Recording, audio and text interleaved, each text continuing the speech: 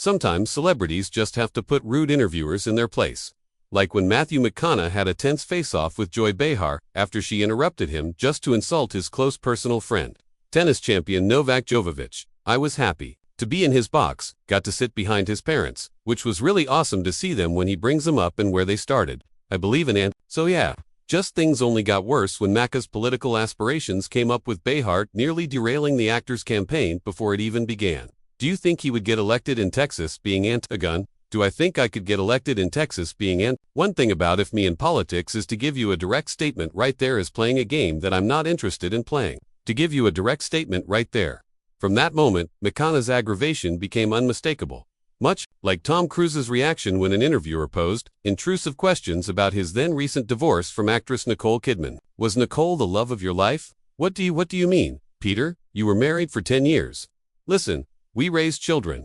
After failing to read the room, the interviewer continued with yet another prying question, prompting Cruise to decisively shut him down.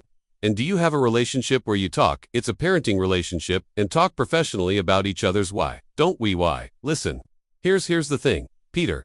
You're stepping over a line now. You're stepping over a line. You know you are. I suppose they're questions though that people want to know. Peter, you want to know?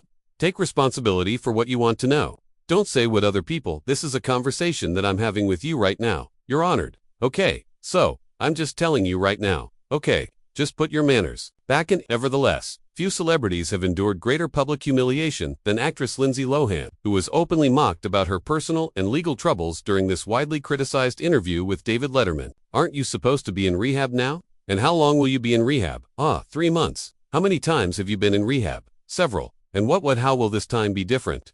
What are they rehabbing? First of all, what is on their list? What are they going to work on when you walk through the door? We didn't discuss in the pre-in. No, the actress appeared on the show to promote her upcoming movie, but found herself desperately trying to steer the interview back on track as Letterman persistently made cruel jokes at her expense. You have to be in rehab May 2nd. Are you going to be there? You'll be there, right? Who's taking you to rehab? You don't want to talk about that either, right? Oh God, when you go to the rehab, what do they let's this is we're here. For a movie, we have to what? Let's stay on the positive. Oh, what? Like aside from that side of the positive. Yeah, alright, come on. Now, things got so bad that Lohan was actually on the verge of tears with her voice noticeably shaking as she struggled to maintain her composure. No, but I don't want people to think that I'm making a joke of that.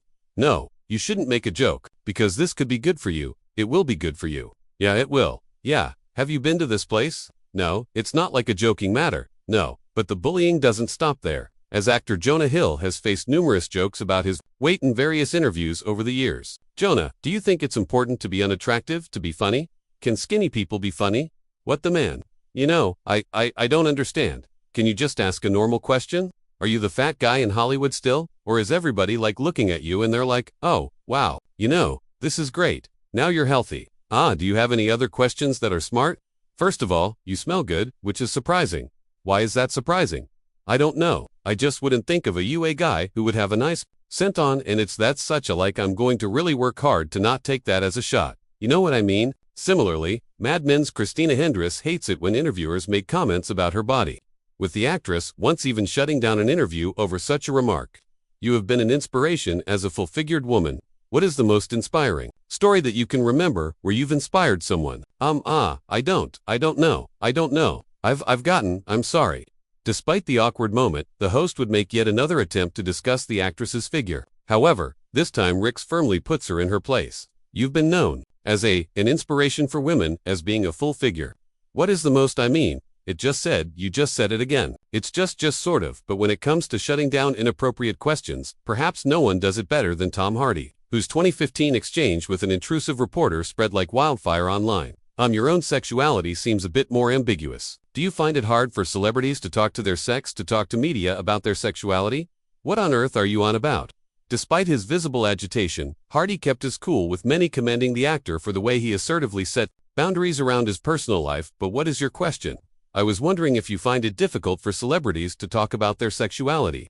I don't find it difficult for celebrities to talk about their sexuality. Are you asking me about my sexuality? I'm sure why. Thank you. Okay, but if you thought that clip was cringe-inducing, just wait until you see how Hardy handled another disrespectful interviewer in this next painfully awkward segment. I have a question for Tom Hardy. Tom, I'll preface my remarks by saying that I have 5 sisters, a wife, a daughter, and a mother. So, I know what it's like to be outgunned by estrogen. But I just wanted to ask you, as you were reading the script, did you ever think, why aren't all these women in here? I thought this was supposed to be a man's movie. No, not for 1 minute. Why not? Good for you. That's kind of obvious. Hardy's co-star, in The Dark Knight Rises, Anne Hathaway, would also have to silence a rude reporter who appeared to have an unusual fixation on her physical fitness. You are in phenomenal shape, thank you. You're always in great shape, but you had to make sure you were in perfect shape for this one, didn't you? It wasn't about being in perfect shape, it was about being able to do the stunts and the fighting perfectly. As the interviewer persisted in questioning Hathaway about her physique, she grew increasingly frustrated. Is there a certain regimen you put yourself through, in terms of the diet, the workout? What is the feline fitness regime? I'm a lot. It's all the boring stuff that no one ever wants to do. It's just watch what you eat and get yourself to the gym.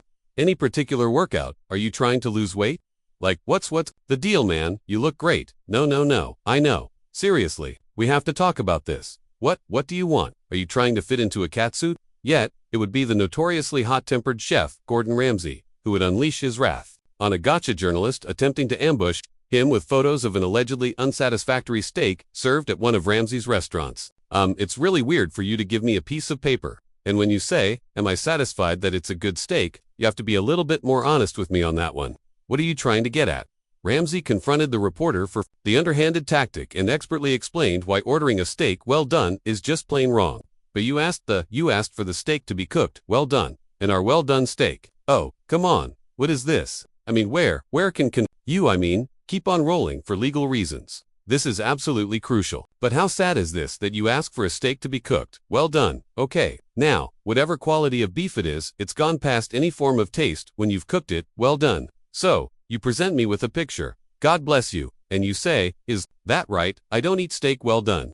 That's your prerogative because you're the customer. But unfortunately, you're never going to identify the quality of a beef when the steak is well cooked. So, I'm really sorry to piss on your bonfire, but it's a bit of a stupid question. Thank you. Can I give you a paper back? Yeah. Oh my God. I thought it was an intelligent interview. Things got highly personal in this next interview when actor Michael B. Jordan recognized a reporter who just so happened to be a former classmate who had bullied him before he rose to fame. And we know each other. We go way back all the way to Chad Science in Newark. Okay? A corny kid, right? I did not say that. Miskid for sure. No, you did not hear me say, I said, we used to make fun of the name. But yeah, he is obviously killing things out here. The situation somehow got even more awkward when Jordan's Creed 3 co-star Jonathan Major showed up with the interviewer quickly, making him uncomfortable. Isn't this the sexiest man show off right here?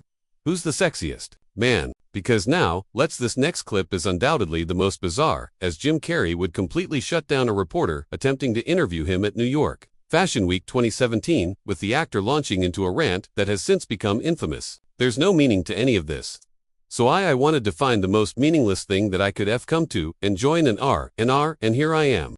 There's you got to admit, it's completely meaningless. Although the reporter tried to provide context for the event to Carrey, he would scoff at her explanation, expressing his disbelief in fashion icons or in anything else for that matter. Well, they say they're celebrating icons inside. Celebrating icons, boy, that is just the absolute lowest aiming possibility that we could come up with. It's like icons. What do? You believe in icons? I don't believe in personalities. I don't believe that you exist. I don't believe in icons. I don't believe in personalities. I believe that peace lies beyond personality, beyond invention and disguise, beyond the red S that you wear on your chest that makes bullets bounce off. I believe that it's deeper than that. I believe we're a field of energy dancing for itself. And I don't care. Carrey later explained that his erratic behavior stemmed from an existential crisis he experienced that year, during which he grappled with his sense of identity. Oh, it did. There is no me. There's no you. We're not here. This is a dream. There's just things happening and there are clusters of tetrahedrons moving around together. Okay, so, what's happening in our world right now? Because there is a lot of news that actually is relevant. That's not that.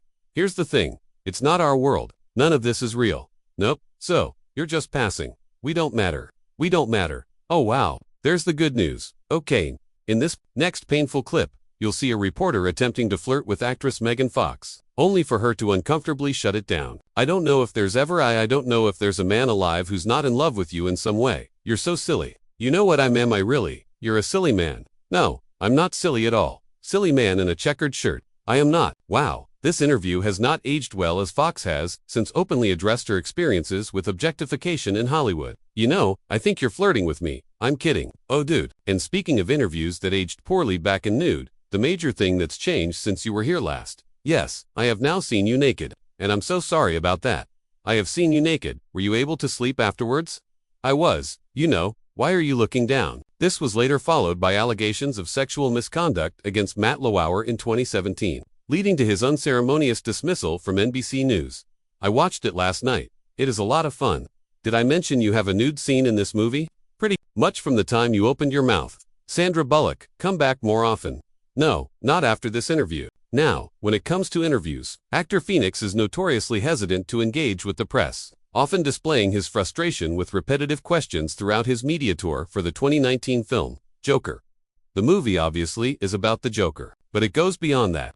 It's really about the mental state he was in. Can you tell me a little bit about what research or what kind of what you did to prepare for this, because this was really an intense performance. What was kind of the process of getting into that mindset? Isn't this old news? Isn't this old news? Didn't I felt like I've talked to Boothus for 6 months. Phoenix initially dismissed the question as old news before eventually offering a sarcasm-fueled response. And thank you so much for asking that question. My publicist is telling me I just need to go home. And speaking of bad questions, director Quentin Tarantino once flipped out on a reporter who asked him if he believed movies had the potential to incite real-world violence. But why are you so sure that there's no link between enjoying movie violence and enjoying real violence? I'm going to tell you why I'm so sure. Do not ask me a question like that. I'm not going to. I'm not biting. I refuse your question. Why? Because I refuse your question. I'm not your slave, and you're not my master. You can't make me dance to your tune. I'm not a monkey. I can't make you answer anything.